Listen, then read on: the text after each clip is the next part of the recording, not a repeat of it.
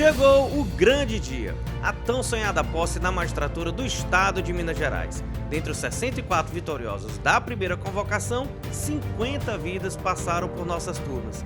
São histórias que tivemos o prazer de conviver ao longo dessa incrível jornada, como a da Isadora, que veio do Rio de Janeiro para o nosso encontro na última turma do MED para o TJ Mineiro, em BH, para estudar o nosso lado focada na realização de seu sonho, e deu certo. Mas essa luta começou bem antes. A nossa primeira atuação online para o TJMG iniciou em outubro de 2021. Nós vivemos intensamente as batalhas desse concurso em todas as suas fases ao longo de mais de 2 anos. E que honra receber as fotos de um dos dias mais felizes de suas vidas em nosso último grupo de WhatsApp de estudo para este desafio. Thaís, Bruno, José, Robson, Laís, Gustavo, Leônidas, muito obrigado por essa lembrança. Vocês venceram, a toga veio e com ela a certeza do dever cumprido.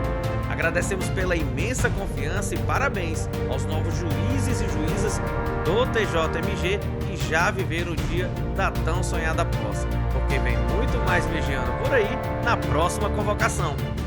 O curso está de parabéns. Indico, vocês podem fazer com certeza. Tchau, tchau.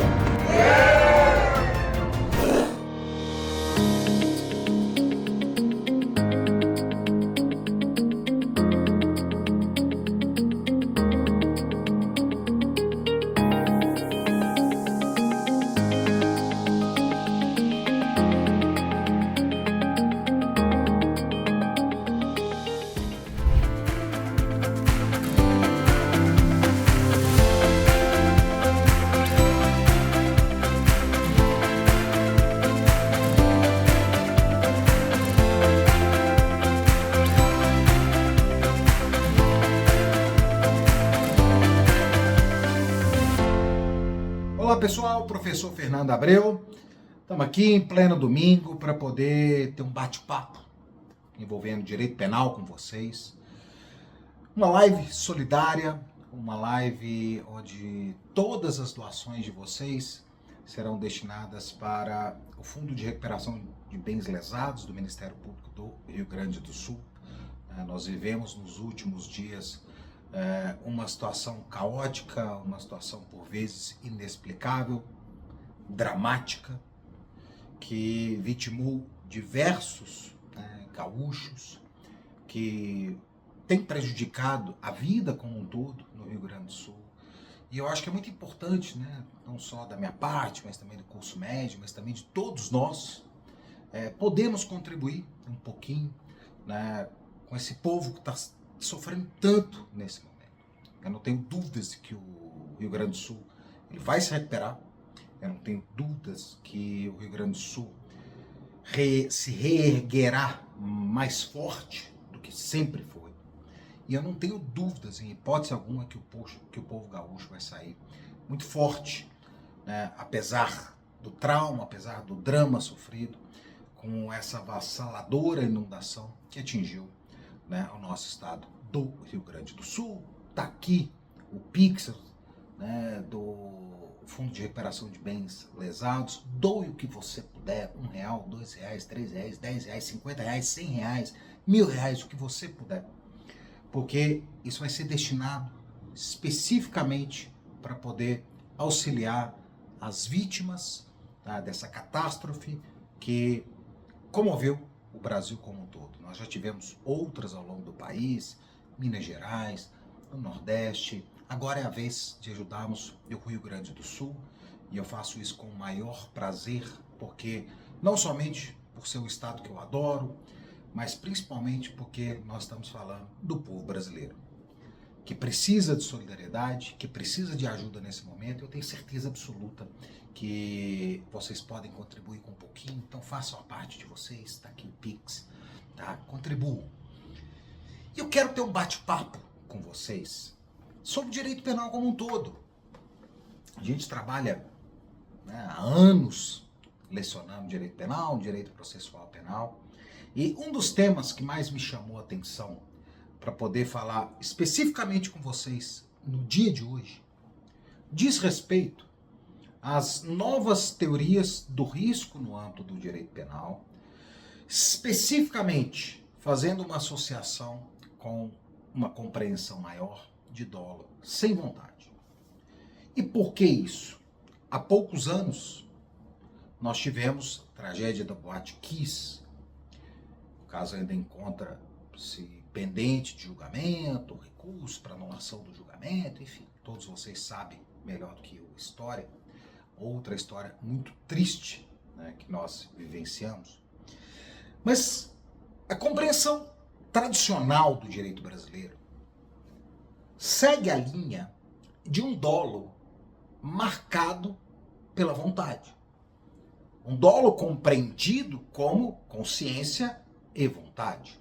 Consciência no sentido de se exigir do sujeito, do indivíduo, o conhecimento das circunstâncias que envolvem o seu comportamento, que por sua vez envolve também a possibilidade de conhecimento do possível resultado decorrente de sua conduta. Modernamente, e não tão moderno assim, já há muitos anos, a doutrina, especialmente a alemã, depois seguida pela espanhola, e hoje isso repercute no mundo como um todo, trabalha a linha já de um dolo sem vontade. Um dolo marcado especificamente pelo conhecimento. Porque essa vontade de cunho psicológico seria, e me parece correta essa compreensão, inalcançável por um observador externo. Ou seja, quando nós tradicionalmente falamos em dolo com consciência e vontade, vontade essa marcada pelo querer, nós passamos a exigir do aplicador do direito o que nós não podemos de fato exigir, que é saber o que se passa, ou melhor, o que se passou na cabeça do indivíduo no momento daquele crime. A não ser que nós tenhamos alguma máquina, alguma ferramenta ainda não descoberta pela humanidade, de saber o que se passa na cabeça de cada um de nós, a premissa de um dolo marcado pela vontade me parece inacessível. Me parece, portanto, falsa. Como que eu construo uma teoria do dolo supostamente marcado por consciência e vontade e, no meu ponto de partida, e isso é premissa básica da lógica, eu não terei como saber demonstrar o elemento vontade. Vocês podem perguntar, professor, mas existem diversas teorias que permitem que nós trilhemos o caminho da busca pela vontade. Um dos exemplos, que pode ser extraído da teoria de Hassemer, é a teoria dos indicadores externos. Ou seja, fazendo uma análise de todas as circunstâncias que envolveram a prática daquela infração penal, nós poderemos, pela experiência ordinária, concluir pela existência de uma vontade. Sim. Entre imaginarmos, entre acreditarmos e entre o ser, ou seja, entre o ser e o dever ser, por vezes há um abismo. Peguem, por exemplo, o caso do atirador de Lackman, onde dois fazendeiros fazem uma aposta que vão colocar uma maçã na cabeça de uma criança, na cabeça de um adolescente, e vão, à distância, apontar para ela, objetivando acertar a maçã. Aquele que errar a maçã perde todo o seu patrimônio. Algum deles, e aí eu pergunto para vocês, quer perder todo o seu patrimônio? Claro que não. Algum deles quer matar essa criança? Matar essa adolescente? Claro que não. E por que não? Porque matar a criança ou o adolescente significa ter errado o tiro. significa perder a aposta. Significa perder todo o seu patrimônio, que nós já firmamos a premissa inicial de que eles não querem. E um deles efetua o disparo, obviamente, e erra, e acaba acertando a criança. Existia vontade no seu comportamento? Claro que não. Mas nós continuamos sustentando a existência de um dolo com vontade.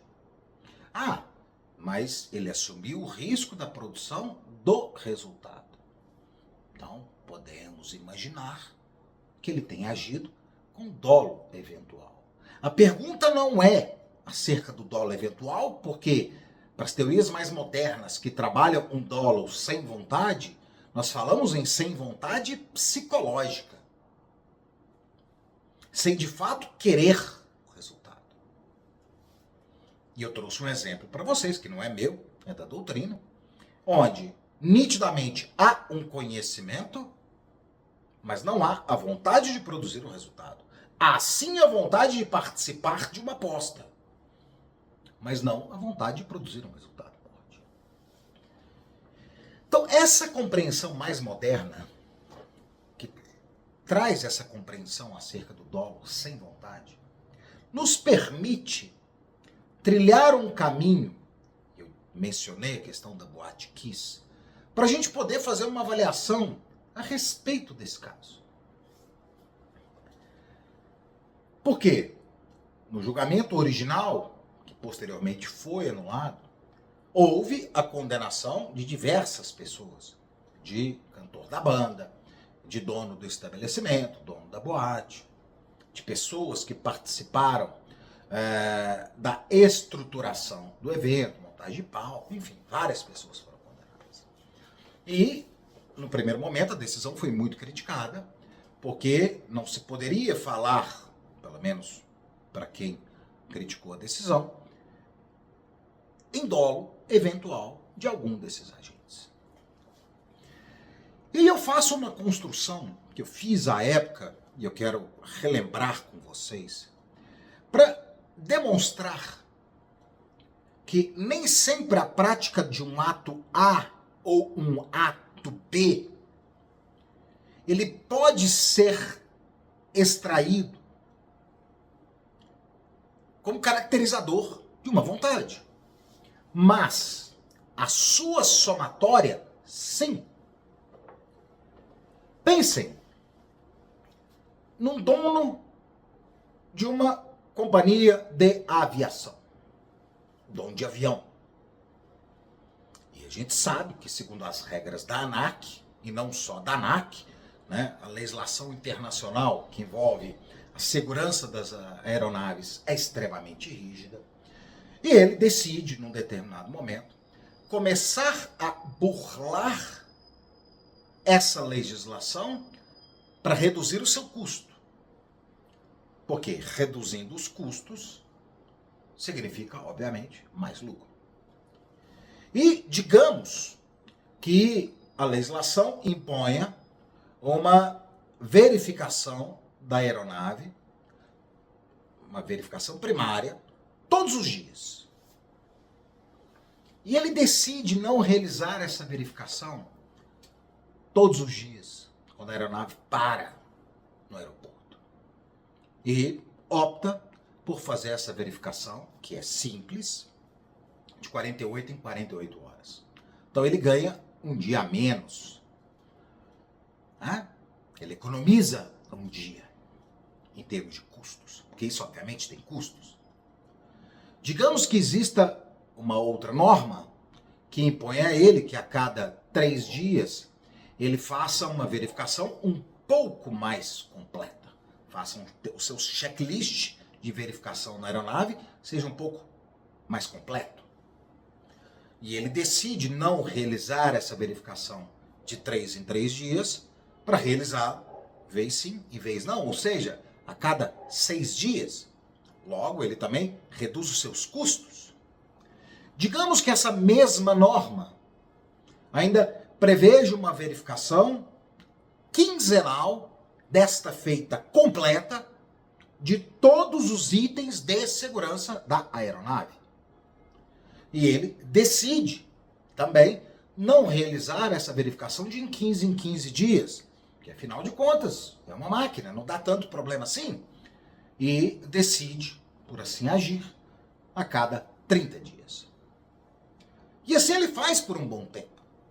Então ele economiza nas verificações diárias, ele economiza nas verificações que devem ser realizadas a cada 3 dias, e por fim ele economiza nas manutenções, né, e verificações que deverão ser realizadas quinzenalmente. E, obviamente, num belo dia, o que acontece com o avião? Ele cai. Eu pergunto para vocês, vocês acreditam, sinceramente, que o proprietário da aeronave queria que o próprio avião caísse? Queria que o seu próprio patrimônio fosse destruído numa queda? Não me parece que qualquer empresário tenha essa lógica na cabeça, de destruir o próprio patrimônio. Não me parece, da mesma forma, que esse empresário tenha tido a intenção de matar as 200 pessoas que se encontravam na aeronave. Não me parece sequer que esse indivíduo, e aí eu construo a lógica do dolo eventual, segundo a doutrina tradicional, com vocês, que ele tenha simplesmente assumido o risco da produção do resultado. Porque o assumir o risco sob a perspectiva do artigo 18 do Código Penal brasileiro, que trata não somente do dolo direto, mas também do dolo eventual, parte da premissa do assentimento. Mas é um assentimento que, normativamente, ele é tratado como o querer. Afinal, dolo é conhecimento e vontade. E aí eu repito a pergunta. Ele queria destruir o próprio patrimônio? Ele queria matar as 200 pessoas que se encontravam na aeronave? Ele assumiu esse risco? No sentido de, segundo a fórmula de Frank, né? Haja o que houver, eu faço. E eu faço o quê? Deixo de realizar as manutenções periódicas na aeronave. Não me parece que a gente consiga enquadrar, sob uma lógica maior de dolo direto e dolo eventual, marcados pelo conhecimento e pela vontade, a solução desse caso.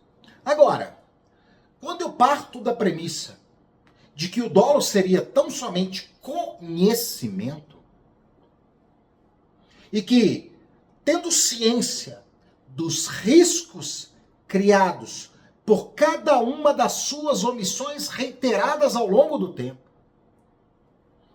esse indivíduo deposita no cofrinho do dolo uma moeda a cada omissão realizada. Não se trata, portanto, do querer, do assumir o risco, mas sim do conhecer. E mesmo conhecendo, ainda assim agir. E pouco me importa, pelo menos para a teoria mais moderna, se ele queria ou não o resultado. Enquanto nós trabalharmos um direito penal fundado naquele filme do Tom Cruise, Minority Report, para saber o que se passa ou o que se passou na cabeça do indivíduo, nós estaremos negando, sob uma lógica maior, de um princípio basilar da lógica, que é o da inegabilidade dos pontos de partidas, a aplicação de um direito penal mais objetivo.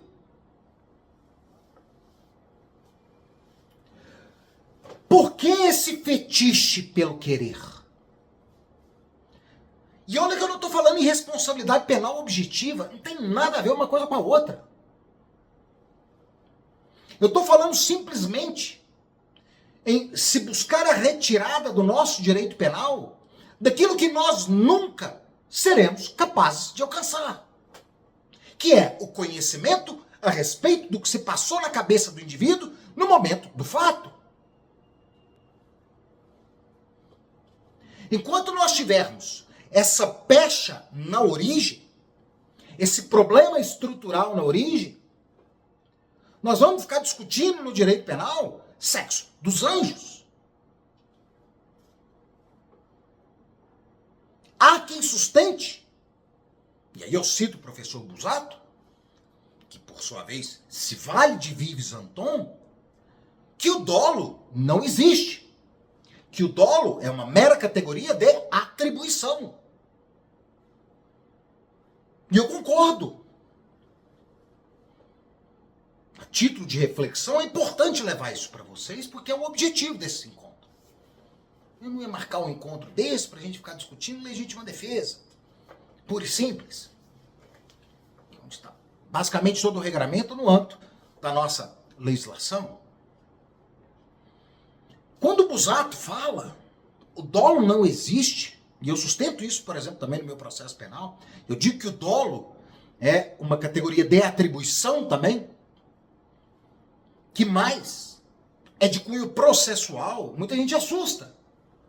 Eu nunca vi o indivíduo chegar no açougue e pedir 2 quilos de dolo. Chegar na farmácia e falar assim, me dá 2 comprimidos de dolo.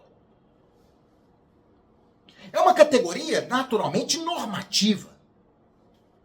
O dolo, como estrutura ontológica, não existe. Então, logo, ele tem que ser normativo. Deriva da própria lei. Mas quando que o dolo interessa? Quando eu tenho a materialização de um resultado típico. Materialização que pode ser no mundo naturalístico, exemplo, crime de homicídio, ou de um resultado normativo. A mera omissão de um socorro, por exemplo, que não tem a produção de nenhum resultado. Do nada, nada surge. Então, quando eu digo que o dolo é uma categoria de atribuição e mais, que ele ganha contornos de natureza processual, é porque o conceito de crime, que nós conhecemos como fato típico, ilícito e culpável, ele demanda um pouco mais de construção, que é o do significado. E aí, de novo, eu me valho de Vives Anton. O crime só tem interesse para nós a partir do momento que ele se torna conhecido. Porque a partir do momento em que ele se torna conhecido, ele ganha um significado. Vou dar um exemplo para vocês. Pensem em 2 moradores de rua que são amigos, vivem para lá e para cá, mas que por ostentarem naquele momento a condição de moradores de rua, eles não possuem vínculos com uma determinada comunidade. De forma que, como vivem ora aqui, ora lá, se o morador de rua desaparece de uma determinada região, ninguém vai dar falta dele. Afinal de contas, ele está cumprindo o seu papel, sob a sua perspectiva, né, ainda que provisória, de morador de rua. Ou seja, ninguém vai dar falta daquele indivíduo ali. E esses 2 moradores de rua, num determinado momento, acham um barquinho, é sempre exemplo de direito penal, né? Tem que ter o barquinho, tem que ter a ilha deserta, enfim. Né? A gente tem que pensar dessa forma, para fins teóricos. Acham um barquinho e vão para uma ilha deserta. E, num determinado momento, entram em conflito e um mata o outro. E enterra o corpo numa ilha deserta.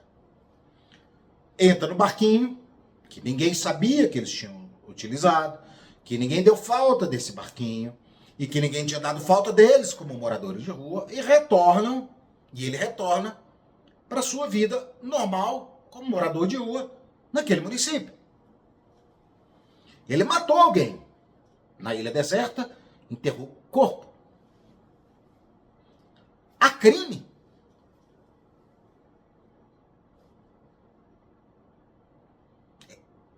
Imagino o que está se passando na cabeça de vocês. Não, claro que há homicídio, matar alguém, artigo 121 do Código Penal. É claro que tem crime, professor. Tem. Esse crime nunca foi descoberto. Ninguém nunca deu falta desse morador de rua que foi vítima do homicídio. Ninguém nunca deu falta do barquinho, porque o barquinho foi colocado de volta no lugar. A nossa sociedade terá conhecimento a respeito dessa conduta? Percebam que eu mudei a palavra de crime para conduta? A prioristicamente, não. Então, enquanto aquele comportamento, em tese criminoso, de matar alguém, não se tornar conhecido de alguém, eu não posso dizer que aquele comportamento reúna significado social. E se ele não reúne significado social, eu não posso dizer que há crime. O que se passa na cabeça do homicida é uma questão moral. Me arrependi. Não deveria ter matado meu amigo. É moral. Não é direito penal. Ah, mas o crime se tornou conhecido. A partir do momento que ele se torna conhecido, porque, por exemplo, acharam o corpo, aí sim eu passo a ter um significado social. Aí sim eu tenho uma mensagem muito clara para a sociedade. Houve um homicídio. E como tal, merece ser investigado. E assim o fato é. Logo, eu posso falar em crime a partir do momento em que eu tenho uma comunicação direta do evento para com a sociedade. Até então, eu não tenho. Então, um crime, a despeito de ser fato típico, ilícito e culpável, ele pressupõe que ele seja conhecido. Porque a cifra negra do nosso direito penal, ou seja, aqueles fatos que não se tornam conhecidos, eles não exigirão do Estado qualquer espécie de comportamento. O delegado não vai instaurar o inquérito policial, vamos verificar se há algum crime, houve algum crime de homicídio praticado numa ilha deserta. Qual o objeto dessa investigação? Isso se admite? A não ser no seio do nosso Supremo Tribunal Federal, onde nós temos inquéritos gigantescos por fatos, às vezes, desconhecidos, obscuros, digamos assim, não me parece razoável que a gente venha a ter a instauração de um inquérito policial para apurar um nada jurídico até então. Pode até ter um homicídio lá. E o ponto não é esse. O ponto é, o crime, ele só pode ser concebido como crime a partir do momento em que ele emite um significado social. Que ele traz uma mensagem pra gente. É a teoria do agir comunicativo. E mais, e aí eu vou mais além. Esse crime, ele só poderá ser assim concebido quando, ao final de um procedimento acusatório, nós tivermos uma declaração da existência do crime com a consequente condenação de alguém. E aí eu volto lá no meu ponto de origem, porque eu preciso ser coerente com o que eu estou dizendo. Porque eu disse que o dolo, ele é uma categoria de atribuição. Eu disse que o dolo, mais além, ele é uma categoria processual. Por quê? Onde e em que momento nós poderemos aferir a existência ou não do dolo? Seja ele com ou seja ele sem vontade. É no processo. Então eu posso sim deflagrar uma ação penal imputando alguém à prática de um crime doloso. No nosso exemplo, um homicídio doloso. Agora, a demonstração desse dolo não vai ser com a máquina do Minority Report para buscar com a bolinha de cristal ou com uma ressonância magnética pretérita o que se passou na cabeça do indivíduo no momento da conduta. Eu vou ter que demonstrar processualmente, por meio de todas as provas admitidas em direito, de que A matou B. Minimamente eu consigo provar o conhecimento. Isso é fácil. Agora, provar a vontade, eu não vou conseguir. Na acepção ontológica da palavra vontade, que muito se assemelha, apesar de não se confundir, com o desejo, com a intenção, com o propósito, com o querer, eu não vou conseguir. E daí vem o questionamento da perspectiva de um dolo, conhecimento e vontade.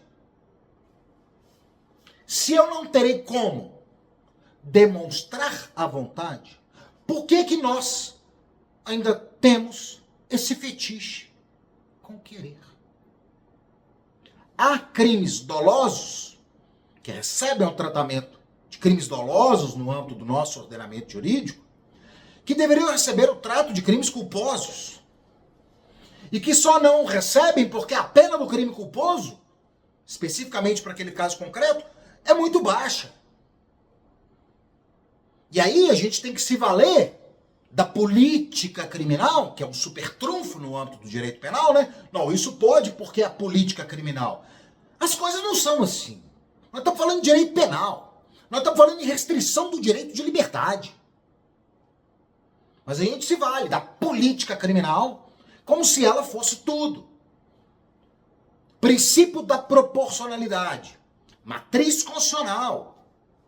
Sim, mas nós estamos falando dentro de um microsistema que pressupõe, de forma inafastável para mim, a aplicação do princípio da legalidade. Afinal de contas, o direito penal lida com o bem maior que o indivíduo tem depois da vida, que é o direito de liberdade. Então, quando a gente pega rachas de trânsito, que a gente tenta conferir o trato de homicídio doloso, ainda que a título eventual. O caso do Porsche, do motorista do Porsche, lá, acho que se não me engano em São Paulo, que ocorreu há pouco tempo. Que o indivíduo estava dirigindo um Porsche, no momento da colisão, a 156 km por hora. Resultado, colidiu com alguém, causou a morte de um e lesões graves em outro. Passageiro, inclusive, do próprio Porsche.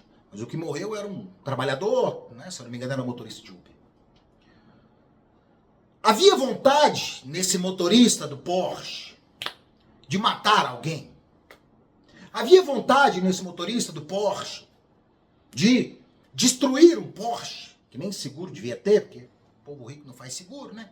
Esses carros não valem a pena, a maioria não tem. Alguém acredita sinceramente que eu posso falar em dolo direto, em querer?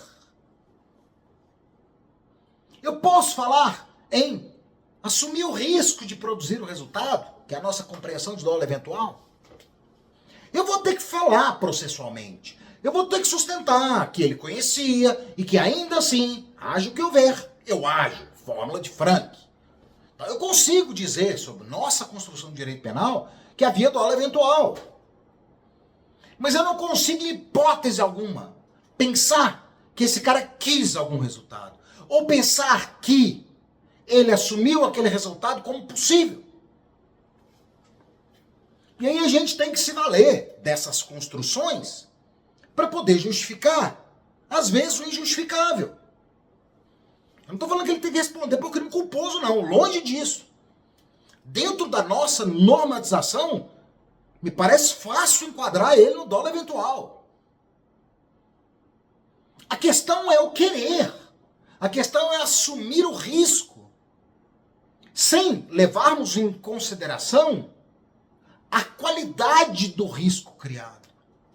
E aí a gente pode trazer, como compreensão maior, teoria da probabilidade de Ingeborg-Puppe, nós poderemos trazer a vertente objetiva dela, de Herzberg, que analisa muito a questão da quantidade e da qualidade do risco. Enfim, existe um mundo teórico lá fora que a nossa doutrina como um todo não, mas grande parte da nossa doutrina ignora. Que o nosso STJ, por vezes, ignora.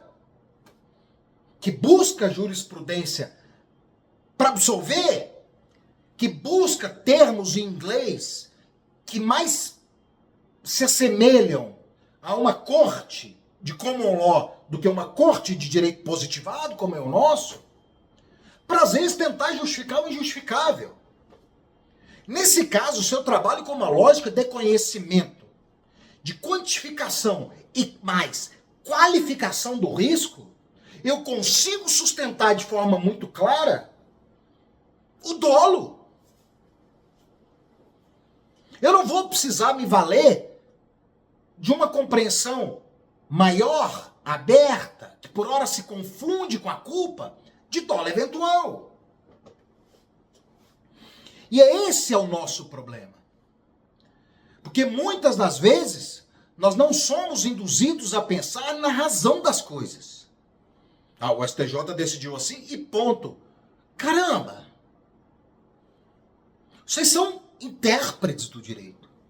Vocês serão aplicadores do direito, seja como advogados, juízes, promotores, defensores. Vamos pensar. Vamos tentar construir. Vamos botar a cabeça para funcionar. A gente pode até pensar e elocubrar e no final tá tudo errado. Mas em direito, não é sobre o ser, é sobre o dever ser. Às vezes, a construção da operação é tão bonita que o resultado não importa. Porque o que a gente precisa é ter reflexão. É não ficar e não se apegar à ementa de um julgado, que ora diz que sim e ora diz que não. Na outra semana sim, depois volta para não. Não preciso ir longe. Prisão em segunda instância. Quantas e quantas vezes nossa Suprema Corte já diz que não cabe, que cabe, não cabe, e agora possivelmente vai caber de novo. Até quando? Cadê a segurança jurídica? E em direito penal, segurança jurídica é tudo. E sabe por que eu digo que é tudo? Porque ela mexe com a liberdade do indivíduo. Eu posso não gostar da decisão. Eu posso achar que o STJ errou. Eu posso achar que o Supremo Tribunal Federal errou. Mas eu tenho que cumprir. Precedentes foram feitos para ser cumpridos. E não dá para ficar toda hora mudando de ideia. O indivíduo está com a mochila nas costas e corre. Eu tenho fundada suspeita. Não, se o indivíduo simplesmente está com a mochila nas costas e viu a polícia e ele corre, não existe fundada suspeita. Afinal de contas, o que é fundada suspeita? E não é a lei que vai dizer o que é fundada suspeita pra gente. Não é. A gente precisa se valer de todas as fontes do direito para poder chegar a algumas conclusões. E, certos ou errados, uma vez que a gente chegue a uma conclusão, a gente tem que buscar a manutenção dessas. Porque se amanhã o STJ, por exemplo, definir que se o indivíduo tiver com a mochila nas costas, avistou a viatura e saiu correndo, que isso não equivale a fundada suspeita, a própria polícia vai deixar de fazer abordagem desse jeito. Mas não. Então, essa compreensão, e retomando a questão do dolo, ela me parece muito importante. A gente tem grandes autores no Brasil que trabalharam o dolo de forma mais recente. Cito o Wagner Marteletto, que é promotor aqui em Minas, o Eduardo Viana, ambos com tese de doutorado a respeito do dolo, e que trilha uma linha também de um dolo sem vontade. Enfim, nós temos uma grande parte, o próprio professor Busato, que trabalha o dolo sob uma perspectiva de categoria de atribuição, de Vives Anton. Ou seja, a gente precisa buscar um pouquinho mais. A gente pode até não concordar. Você pode até no final achar que dolo é vontade. E não tem problema. pessoal discute o que é dolo, se tem vontade ou se não tem vontade, há anos. O pessoal discute até hoje a natureza da posse, com Savigny e Hering. Eu fui numa palestra, mas tem muitos anos, aqui em Minas, e hoje, aposentado, mas um colega daqui de Minas foi dar uma palestra, e ele abriu a palestra dele dizendo que havia resolvido o problema da natureza da ação. Eu falei, pronto, desde 1700 o pessoal está discutindo a natureza da ação. Aí a pessoa chega, eu resolvi. As coisas não são assim. Quando eu falo para vocês, eu tenho por mim que o dolo é uma categoria de atribuição, que o dolo é uma categoria processual, que a gente só vai conseguir chegar de fato no dolo a partir do momento que todas as provas estiverem postas à mesa, e quem vai dizer se houve dolo ou não é o julgador. No júri, os jurados, leigos. No processo, que não envolve crime doloso contra a vida, o juiz de direito. Afinal de contas, normativamente, por meio de uma decisão, é que o direito, se valendo da sua autopoiese, vai trazer pra gente o significado do que é dolo e do que não é dolo. E se tá certo ou errado, é outra história. Que eu quero que vocês reflitam. Porque isso vai além do direito penal. A gente está tendo um grande debate hoje, estou no âmbito da nova lei, eu posso chamar de nova, porque a despeito de mantido o número, ganhou uma roupagem completamente nova, que é a lei de improbidade administrativa. A compreensão de dolo na improbidade administrativa, ela vai buscar necessariamente influência nos estudos de direito penal. Então, ainda que você não seja penalista, ainda que você passe longe de direito penal, mas mexe com direito administrativo, mexe, por exemplo, na questão que envolve funcionalismo público, enfim, trabalha no eleitoral da vida aí, que eventualmente isso pode aparecer também. Vocês vão ter que aprofundar a respeito do conteúdo do dolo.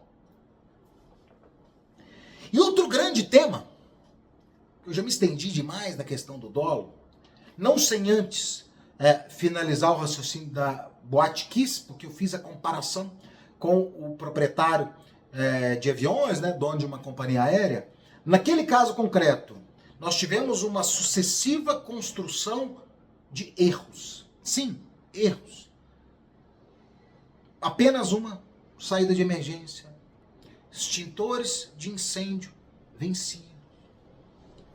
Teto que foi utilizado não era próprio e adequado para que fossem utilizados artefatos pirotécnicos no local. A própria utilização de artefatos pirotécnicos. A superlotação do local. Tudo que eu disse para vocês agora, nessa breve construção, trilha a linha de comportamentos omissivos ou de comportamentos culposos. Mas todos eles, praticamente todos eles, voltados para quê? Para o lucro. Então eu posso falar assim que existiu um dolo. Claro. Financeiro. Ah, mas o dolo financeiro não serve para condenar ninguém. Não, não é esse o problema. Porque, você lembra quando eu disse que a cada ato, que a cada gesto, as pessoas podem ir depositando no cofrinho do dolo uma moedinha? Assim eu construo o dolo. E não buscando o querer. E não buscando a vontade. Ou nós vamos ficar no século XVIII, no século XIX, para o resto da vida.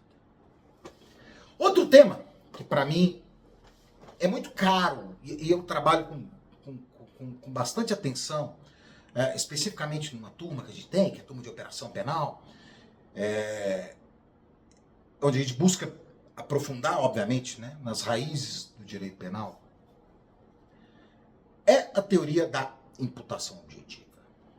A teoria da imputação objetiva, ela tem várias vertentes. Eu posso falar a existência, de forma macro, de uma teoria da imputação objetiva de Klaus Roxin, uma teoria da imputação objetiva de Günther Jacobs, uma teoria da imputação objetiva de Wolfgang Frisch, da própria Ingeborg Puppe e vários outros. A mais tradicional, a mais conhecida é a teoria da imputação objetiva, desenvolvida por Klaus Roxin, ou melhor, cunhada por Klaus Roxin, porque sua origem vem na teoria da imputação de Pufendorf. Mas Roxin, final da década de 60, início da década de 70, deu uma roupagem bem sistematizada para essa teoria, que é extremamente importante hoje, não somente para concurso público, mas também para o dia a dia, para a prática forense. E a cada vez mais a gente tem visto, né, em especial o STJ, trabalhando a teoria da imputação objetiva. Se certo ou errado, não importa, mas pelo menos a gente vê o debate sendo trazido à tona. Por quê? Porque a teoria da imputação objetiva, ela é um dos instrumentos que a doutrina mais moderna utiliza para corrigir o grande problema que a teoria da equivalência das condições tem. A teoria da conditio sine qua non, ou teoria da equivalência das condições, prevista no artigo 13 do nosso Código Penal, ela é muito criticada por conduzir ao regresso ao infinito.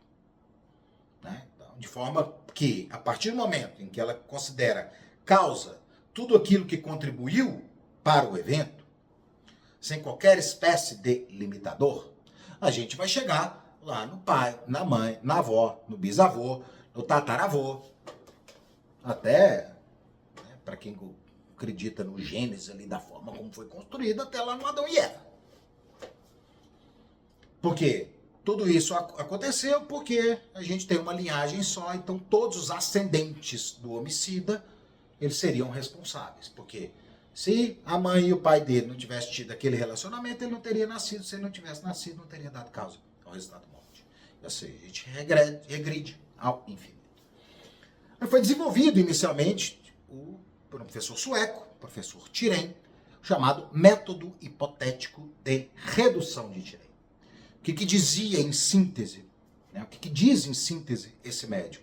Que se eu retirar uma determinada causa, concebida como condição para o evento, e ainda assim o resultado ocorrer, é porque essa circunstância retirada não é causa. Ou seja, ela não influiu para a ocorrência do resultado. Ao contrário, se eu retirar aquela situação e o resultado não ocorrer, é porque ela pode ser considerada causa. Esse é o método hipotético, mas não resolve o problema. Então, passou-se a desenvolver modernamente alguns critérios para a correção da teoria da equivalência das condições. O primeiro deles, que não é especificamente, né, relacionado ao nexo de causalidade, mas ele é utilizado para tal fim, é a análise do dolo e da culpa. O segundo critério é a análise das concausas, né, condições supervenientes, concomitantes, antecedentes, absoluta ou relativamente independentes, que podem influir no curso de causalidade. E uma terceira teoria, terceiro critério, é o critério da teoria da imputação objetiva. Então a gente pode dizer que a teoria da imputação objetiva, ela, de forma anterior à própria análise do fato típico, não obstante se inserir no próprio típico, fato típico, vai permitir a realização de uma análise primária sobre a possibilidade ou não de imputação daquele caso, daquele resultado, como obra do resultado de alguém. E Roxin, e eu vou ter que me ater a Roxin, né? Eu falo bastante da teoria de Jacobs também, que é um pouco mais complexa, porque ele trabalha sob a perspectiva de Luhmann, teoria de sistemas sociais, mas o que geralmente e usualmente a gente vê em provas e no dia a dia é o desenvolvimento da teoria de Klaus Roxin. Roxin, ele construiu o seu modelo de imputação objetiva do resultado partindo de 3 pilares. No primeiro momento eram 2, posteriormente ele transformou em 3, que são os pilares ou níveis de imputação. Onde no primeiro nível nós temos análise do risco, criação ou incremento do risco, juridicamente proibido. No segundo nível, nós temos o consequencialismo do risco, ou seja, a materialização desse risco criado lá no primeiro nível no resultado. E no terceiro nível de imputação, nós temos o chamado alcance do tipo. E até pelo tempo que me foi disponibilizado, né, para poder falar com vocês, afinal de contas, domingo, né, eu sei que muita gente tem que ir aqui para a missa, e tem que fazer outras coisas depois, mas eu vou buscar trabalhar, né, de forma bem objetiva esses 3 níveis de imputação com vocês. Não sem antes pedi-los novamente para fazer o Pix, está aqui o QR Code, o número do Pix também está aí abaixo do vídeo, na descrição para vocês, para que vocês possam fazer qualquer doação que seja adequada para vocês, que vocês achem justo, ou que vocês possam, para poder ajudar a população do Rio Grande do Sul nesse momento tão difícil, tão complicado, né? Uma tragédia que hoje está acontecendo no Sul, amanhã pode ser no Sudeste, amanhã pode ser no Norte, pode ser no Nordeste. Esse momento de solidariedade é sempre muito importante. Então, para não esquecer, façam um Pix, tá? Se for o caso, assiste depois, porque eu vou falar de imputação objetiva, mas deixem sua contribuição, porque isso é muito importante. Não é que você vai ganhar um lugarzinho no céu por causa disso, não é sobre isso, tá? Você pode até ganhar, o problema não é esse. É a solidariedade humana que a gente pode dar dentro, obviamente, dos nossos limites para quem precisa de ajuda nesse momento. Amanhã pode ser você, amanhã pode ser outra pessoa, pode ser um amigo, pode ser um parente. E a gente sabe que em determinados momentos isso é muito importante. Isso é o que nos lembra, né, que nós também somos humanos. A despeito de toda a crítica que eu tenho com relação ao ser humano, me chamou muita atenção esse momento de solidariedade que o Brasil todo teve com uma região tão pujante, mas que está tão sofrida nesse momento por uma questão que envolve a própria natureza como um todo. Vamos lá, vamos falar da teoria da imputação objetiva. E eu vou começar falando do risco. Roxin foi esperto. Roxin foi muito velhaco. Porque, ao invés de definir o que é risco, ele preferiu dizer o que não caracteriza o risco. Por quê? Numa sociedade de riscos, como diz Ulrich Beck, vivemos em uma sociedade de risco. Se Roxin fosse definir toda e qualquer espécie de risco, ele estaria escrevendo sobre risco até hoje. Ele não teria saído do primeiro nível de imputação, porque a cada dia a gente tem um risco novo. Especialmente em razão da evolução da tecnologia, das novas formas de relacionamento no âmbito social, né, de tudo o que envolve o nosso chamado mundo moderno. Então Roxin foi muito esperto. Ao invés de definir o que é risco, ele partiu de uma premissa invertida, de dizer o que não caracteriza o risco. Então, por exemplo, se o indivíduo atua dentro do risco permitido e não ultrapassa esse risco e, portanto, não incrementa esse risco, se, em razão do seu comportamento, houver a produção de um resultado, esse resultado não poderá a ele ser imputado. Roxin também diz que quando o indivíduo reduz o risco já existente, o resultado não poderá a ele ser imputado. Pensem no exemplo em que o indivíduo vai efetuar um disparo de arma de fogo contra alguém e uma terceira pessoa, percebendo aquela situação, se joga como Superman na frente da bala com uma lata de lixo. Gente, é só assim mesmo para a gente poder pegar esses exemplos de livro.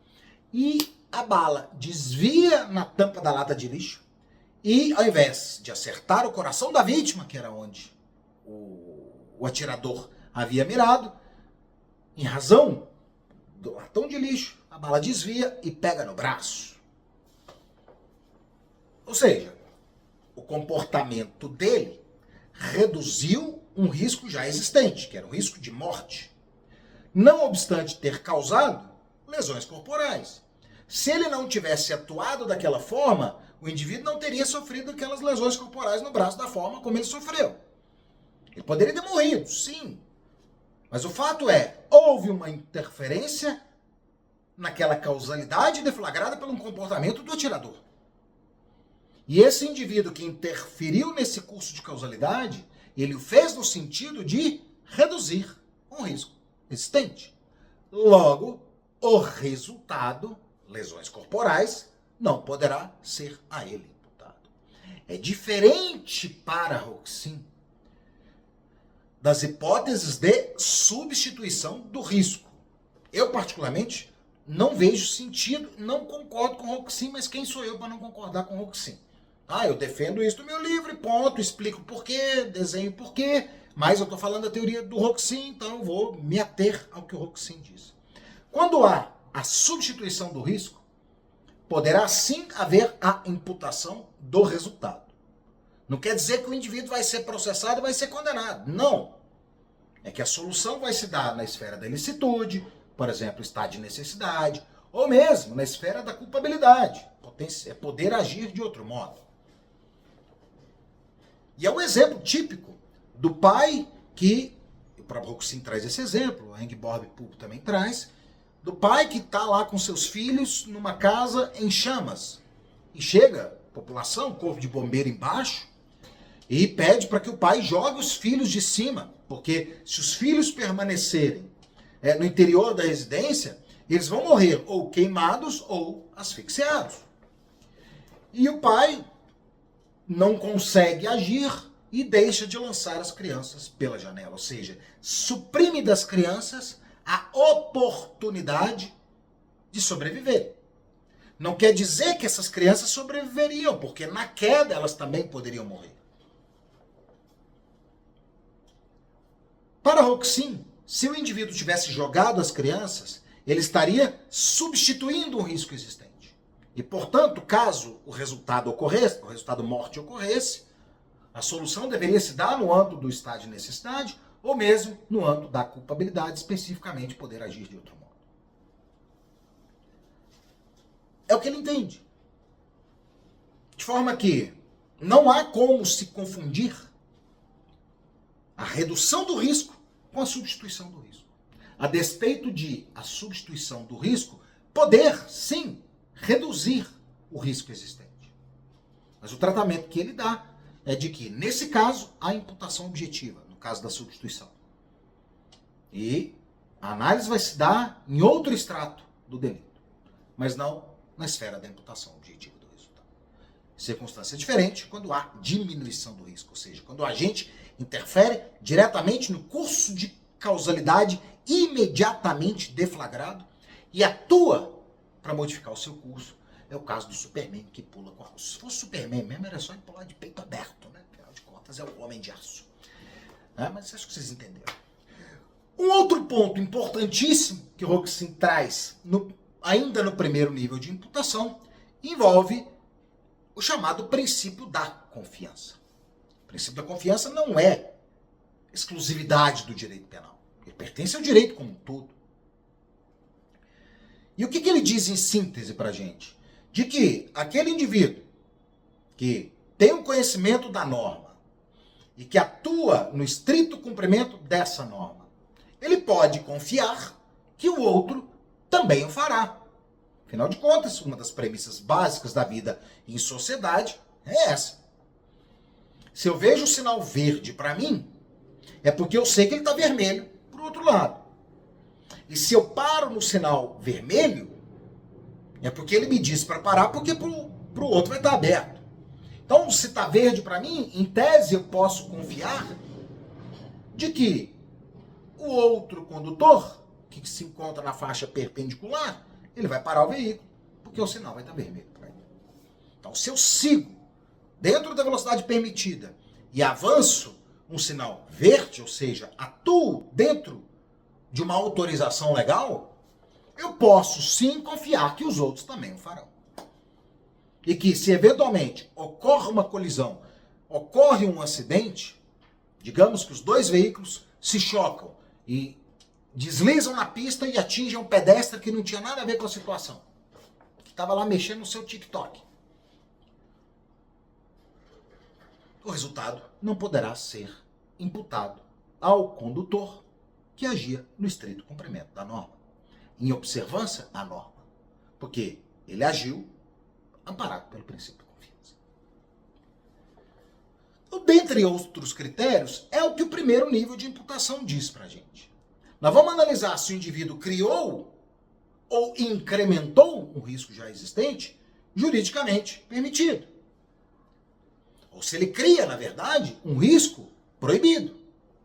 Porque se ele incrementa um risco juridicamente permitido, e logo ele avança para a esfera do risco não permitido, e esse risco se materializa no resultado, nós demos o primeiro passo para a aplicação da teoria da imputação objetiva. É como se em uma casa, primeira análise que a gente vai fazer, o portão está fechado, agora o portão está aberto. Ele criou um risco juridicamente proibido. Agora, não basta criar esse risco. O direito penal não pune a mera criação de riscos de forma ordinária. Ele pune sim nos chamados delitos de flanco, nos chamados crimes obstáculo, naqueles crimes em que há uma antecipação do direito penal. Exemplo, associação criminosa, associação para o tráfico, lei, né, crime de organização criminosa, onde há a punição, prática de atos de terrorismo, que não precisa do terrorismo se concretizar. Ou seja, o direito penal se antecipa em determinados casos, e a gente pode generalizar, falando em, por exemplo, crimes de perigo abstrato, para dizer que aqueles comportamentos eles são tão perigosos em nossa sociedade que vale uma antecipação do direito penal. E, nesses casos, eu tenho uma antecipação normativa do resultado. Agora, quando nós falamos na teoria da imputação objetiva de Roxin, especificamente de Roxin, ele busca a materialização desse risco no resultado. Então, não é incorreto dizer que para Roxin, a teoria da imputação objetiva só terá aplicação nos crimes materiais. Eu particularmente discordo, mas, de novo, quem sou eu para poder discordar? Porque o resultado normativo, por vezes, também ele acaba sendo muito importante. Mas vamos trabalhar seguindo a linha de Roxin. O que é a materialização no risco? O que é o consequencialismo do risco? É quando nós temos que, daquele risco criado, há a produção de um resultado. Se eu não conseguir estabelecer o elo entre o risco juridicamente proibido criado e o resultado, eu não posso falar em imputação objetiva. E um dos casos emblemáticos que envolve justamente esse momento da análise da teoria da imputação objetiva é o caso dos pincéis de pelos de cabra. A gente escuta esses casos, né? E fica assim, pincel de pelo de cabra. Até pra gente tentar entender que é um pincel de pelo de cabra leva um certo tempo. Assim como a gente vê o erro de figura do erro de tipo, quando a pessoa atira no urso, atira numa pessoa acreditando que era um urso, como se a gente tivesse urso no Brasil. Mas enfim, o caso é concreto. O que diz o caso do pincel, dos pincéis de pelo de cabra? Determinado fabricante, né, produtor de tecelagem, ele importa pincéis de pelos de cabra para utilização na sua fábrica. E essa importação é permitida. Só que, para que esses pincéis possam ser utilizados no dia a dia, se exige o quê? Que eles tenham sido esterilizados por um desinfetante específico, que a norma especifica. Perfeito. E ele importa e descumpre a norma com relação ao desinfetante. E 4 funcionárias suas, manuseando os pincéis de pelo de cabra, contraem o chamado bacilo de carbunco. Não me perguntem o que é, mas é um bacilo de carbunco. E morrem. Ele descumpriu a norma? Sim. Ele criou um risco juridicamente proibido? Sim. Eu tenho uma omissão de dever de agir? Sim. Você troca a sua televisão por uma Ferrari? Não. Parecendo aqueles programas de domingo. A pergunta é, essa omissão quanto ao dever, ela se materializou no resultado? Por quê? Porque no curso do processo contra ele deflagrado, por ter se omitido quanto ao cumprimento da norma, se verifica que, pericialmente, ainda que ele tivesse utilizado o desinfetante antibactericida recomendado pela norma, o resultado ocorreria da mesma forma. Por quê? Porque aquele elemento de desinfecção dos pincéis de pelo de cabra, indicado pela norma, era ineficiente contra o bacilo de carbono. Ou seja, ainda que ele tivesse cumprido a norma, o resultado ocorreria do mesmo jeito.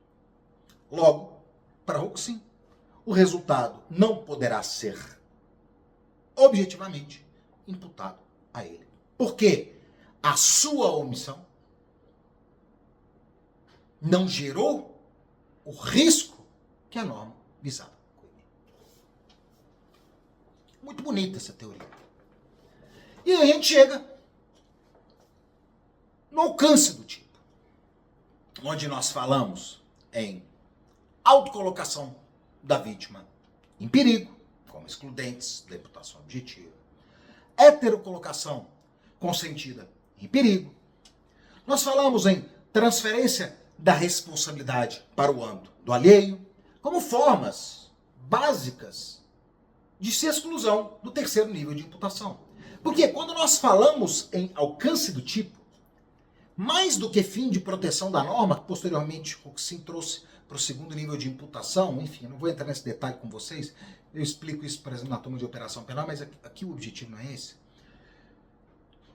O que a norma de comportamento visa coibir? O que a norma proibitiva visa impedir? O que a norma que cria, por exemplo, o artigo 33 da Lei de Drogas, tráfico de drogas, visa proteger?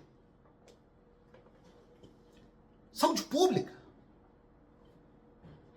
Esse é o bem jurídico tutelado pelo artigo 33 da Lei de Drogas. E se esse é o bem jurídico tutelado, esse é o alcance do tipo. De forma que, pela teoria da imputação objetiva, pela análise do alcance do tipo, eu não tenho como imputar o homicídio para o traficante que vendeu 1 quilo de cocaína para o usuário, que se entupiu de drogas e morreu de overdose. Por quê? Não é essa a finalidade específica do crime do artigo 33 da Lei de Drogas. Para isso eu tenho, por exemplo, o crime do artigo 121 do Código Penal, que descreve a conduta de homicídio.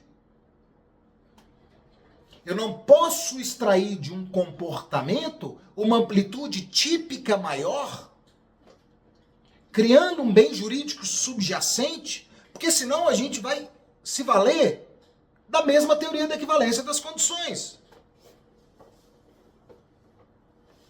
Porque tudo aquilo que eventualmente dê causa a um resultado, se eu puder imputar esse resultado a quem contribuiu minimamente para ele, nós vamos ter todo mundo sendo processado pelo crime A ou crime B a qualquer momento. E a teoria da imputação objetiva, dentro do alcance do tipo, ela faz esse recorte pra gente. Olha, não era o alcance do tipo, não é o alcance do tipo, no âmbito da Lei de Drogas, proteger de forma direta a vida. É claro que de forma subjacente a vida está sendo protegida. Mas não é esse o alcance do tipo desejado pelo legislador, que desenvolveu o artigo 33 da Lei de Drogas. Então, o resultado não poderá, morte não poderá ser imputada ao traficante. E um outro exemplo, que também me parece muito interessante, envolve a chamada, e aí já numa outra vertente, né, da imputação objetiva, dentro do alcance do tipo, é a transferência da responsabilidade para o âmbito do alheio.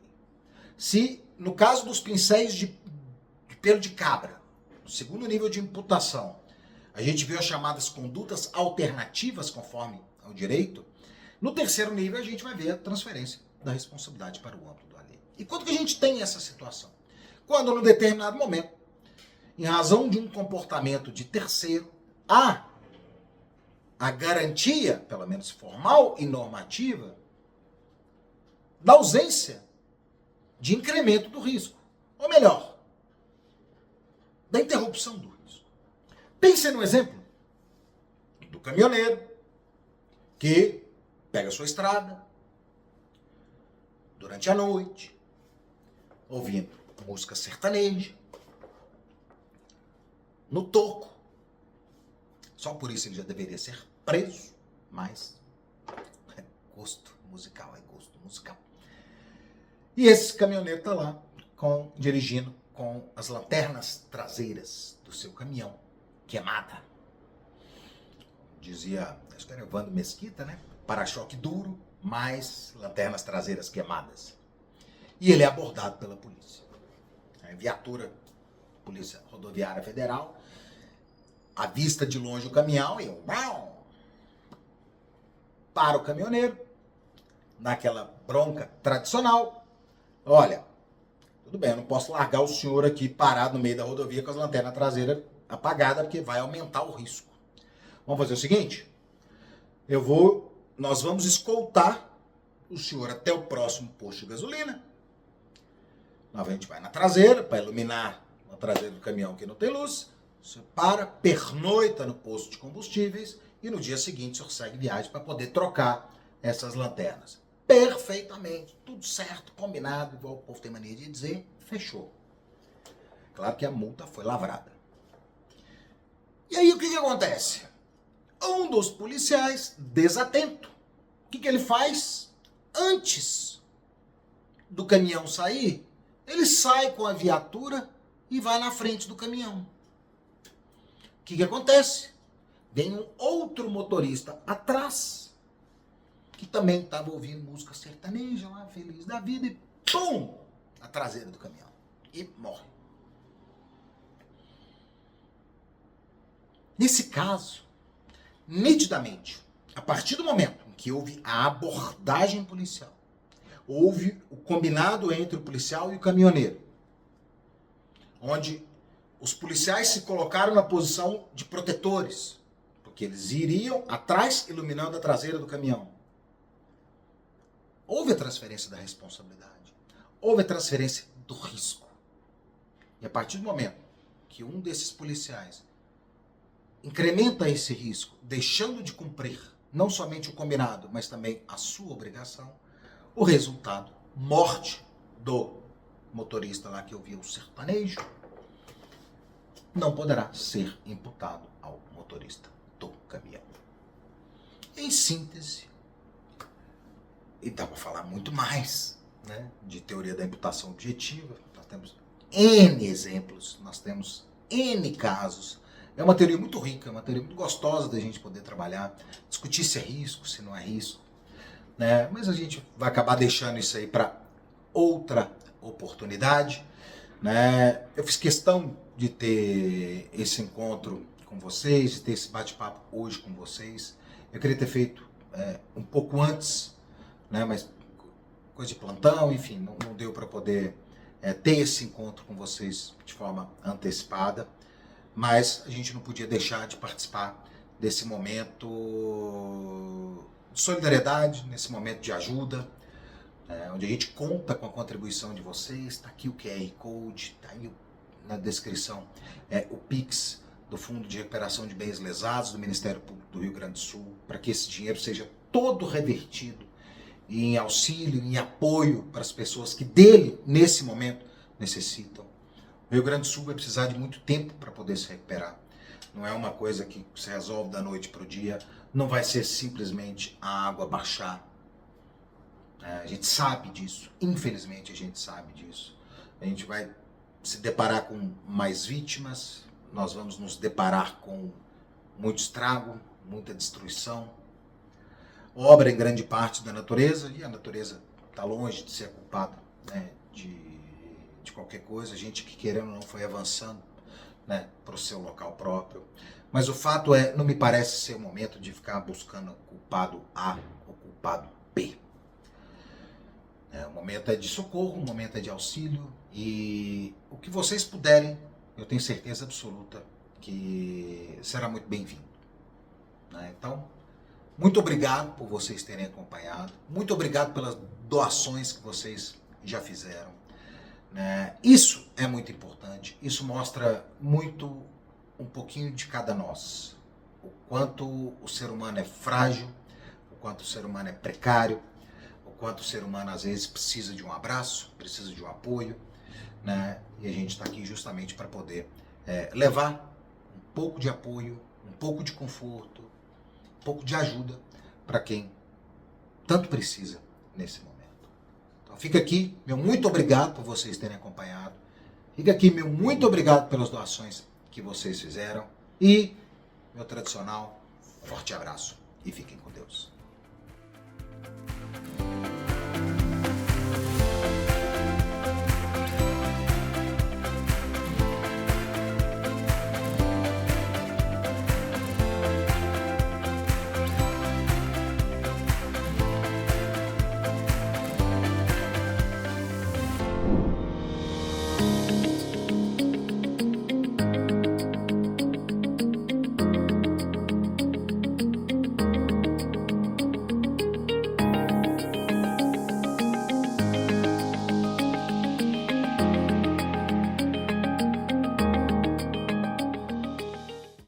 Chegou o grande dia, a tão sonhada posse na magistratura do estado de Minas Gerais. Dentre os 64 vitoriosos da primeira convocação, 50 vidas passaram por nossas turmas.